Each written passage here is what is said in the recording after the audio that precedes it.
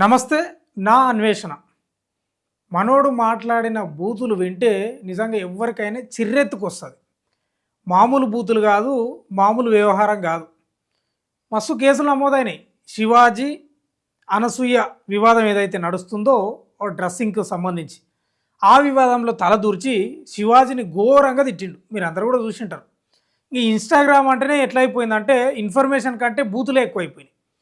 ఇక మనోడు శివాజీని అడ్డగోలుగా తిడుతూ తర్వాత పండితుడు ఉన్నాడు కదా ఆయన నరసింహారావు, గరికెపాటి నరసింహారావును ఘోరంగా తిట్టిన మాటలు అసలు ఇనబుద్ధి కూడా కాదు అవి. మరి ఘోరం దారుణం, అంత ఘోరంగా. ఇక ఆ పుచ్చకాయ కథ అంతా మీరు చూసింటారు. ఎట్లయిపోయిందంటే నాన్ వెజ్కు అడ్డు అదుపు లేకుండా పోయింది. ఇంక నన్నేం చేస్తారు, నేను లేను కదా భారతదేశంలో, నేను దేశాలను తిరుగుతున్నా కదా, నన్ను ఎవడు పట్టుకుంటాడని విర్రవీగిపోతున్నట్టు కనిపిస్తూ ఉంది. బూతులు సహజంగా మాట్లాడతాడు మనోడు, ఇట్లా సింపుల్గా మాట్లాడతాడు, ఇట్లా నీళ్ళు తాగినట్టే మాట్లాడతాడు. మొన్న అయితే రెచ్చిపోయాడు.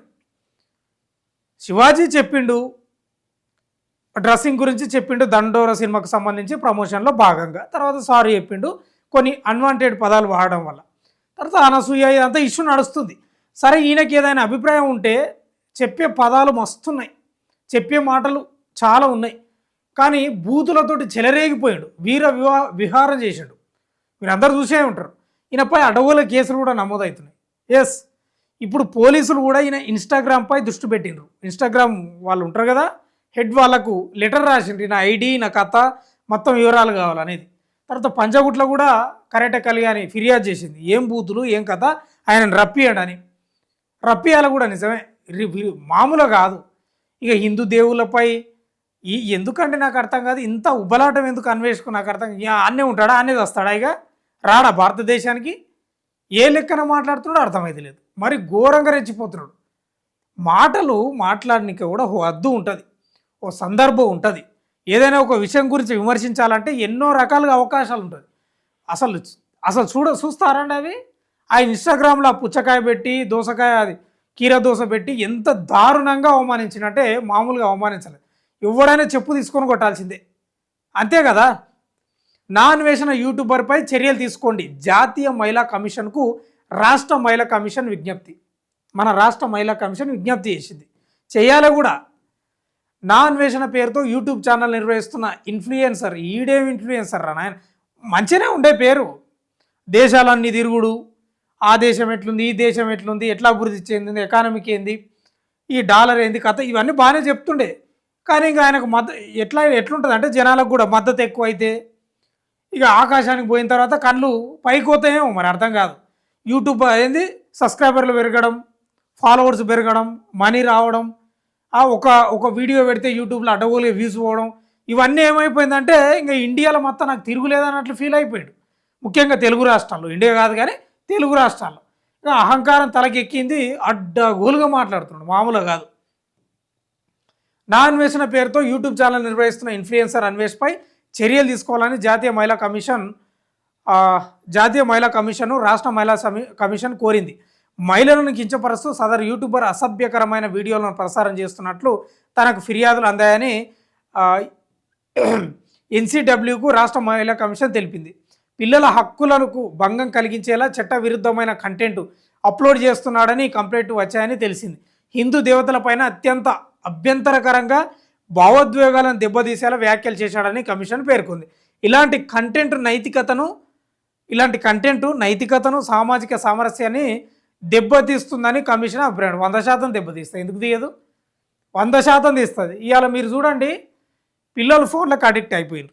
పిల్లలు వింటున్నారా, దాదాపు ఫోన్లకు అడిక్ట్ అయిపోయారు. అంటే ఇన్స్టాగ్రామ్లు, ఫేస్బుక్లు, యూట్యూబ్లు.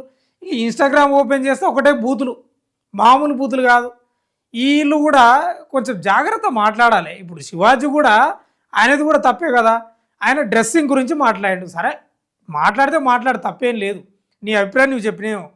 అంటే ఇన్స్టాగ్రామ్లో ఒక బూతు పదాన్ని తెచ్చి వాడిండు, ఇది ఎక్కడనేమో నాకు అర్థం కాలే. ఎక్కడ పోతుంది, వాళ్ళ ట్రాప్లో పడిపోతారు వీళ్ళంతా. ఇక అన్వేష్పై చర్యలు తీసుకోవాలని రాష్ట్ర మహిళా కమిషన్ జాతీయ మహిళా కమిషన్కి ఫిర్యాదు చేసింది. 100% చేయాల్సిందే, రప్పించాల్సిందే.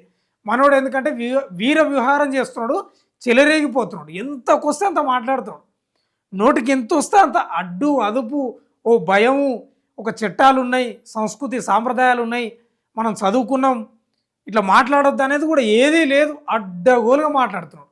మీరు అందరు చూసే ఉంటారు, ఒకరొకరు పండ్లు కొరుకుతున్నారు. మంచి పేరే ఉండే, కానీ ఓవర్ యాక్షన్ ఎక్కువైపోతుంది రోజు రోజుకు. హిందూ దేవతలపై పోతున్నాడు, పండితులపై పోతున్నాడు. ఎవరినైనా విమర్శించవచ్చు అండి, తప్పు లేదు. దానికి ఓ అర్థం ఉంటుంది, తాత్పర్యం ఉంటుంది, ఓ భావం ఉంటుంది, కొన్ని పదాలు ఉంటాయి. అంతే తప్ప నోటికి ఎంత వస్తే అంత మాట్లాడితే మాత్రం ఏడ ఉన్నా గుంజుకొస్తారు, అది మాత్రం పక్క. కాబట్టి అన్వేష్ యొక్క అహంకారం ఏడైందంటే కొండెక్కి కూర్చున్నది. ఎవరెస్ట్ శిఖరం మీద కూర్చొని అహంకారంతో చెలరేగిపోతున్నాడు. ఆయనకు మద్దతు బాగుంది, నాకు సబ్స్క్రైబర్లు ఇవంతా కథ అని ఎక్కువ ఫీల్ అయ్యి ఎక్కువ ఊహించుకుంటున్నాడు. ఫిర్యాదులు కూడా అందినాయి, పోలీసులు నిఘా పెట్టారు. సజ్జనారు కూడా రప్పించే ప్రయత్నం మరి ఏం చేస్తున్నారో తెలియదు, కానీ మొత్తం మీద అయితే ఈయనపై యాక్షన్ తీసుకోవడానికి పోలీసు యంత్రాంగం రెడీ అయినట్లు కనిపిస్తావు. తీసుకోవాలి కూడా. ఇట్లే ఇడిచిపెడితే ఇంకా మాట్లాడతాడు.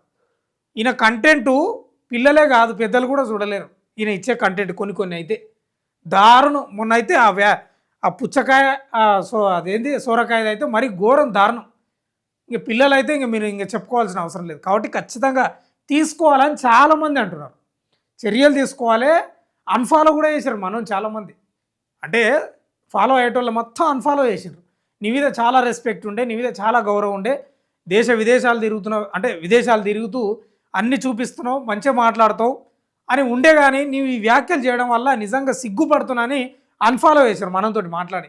వీడియోలు కూడా వచ్చినా మీరు చూసింటారు. అట్లుంటుంది. మనం ఎంత ఎదిగినా ఒదిగి ఉండడం నేర్చుకోవాలి. ఇక ఎదిగినాం కదా అని ఏది పడితే అది మాట్లాడడం, మరి నేనేది చెప్పినా ఇంటర్ అంటే మాత్రం గిట్లే అవుతుంది. ఇంకా తంతారు. దొరికితే మాత్రం వేరే కథ ఉంటుంది. గిట్టాలు పట్టించుకోరు జనాలు, ఉరికించి కొడతారు. ఒంటి మీద డ్రాయర్ కూడా లేకుండా కొట్టే పరిస్థితులు కూడా ఉంటాయి. ఇప్పటికైనా జాగ్రత్త ఉండాలి. మరి పోలీసు యంత్రాంగం ఏం చర్యలు తీసుకుంటుందో చూడాలి మరి. కానీ మొత్తం మీద అయితే అన్వేష్పై తీవ్ర వ్యతిరేకత అయితే వ్యక్తమవుతుంది తెలంగాణ, అటు ఆంధ్రప్రదేశ్ రాష్ట్రంలో. చూస్తూనే ఉండండి మన తొలి వెలుగు.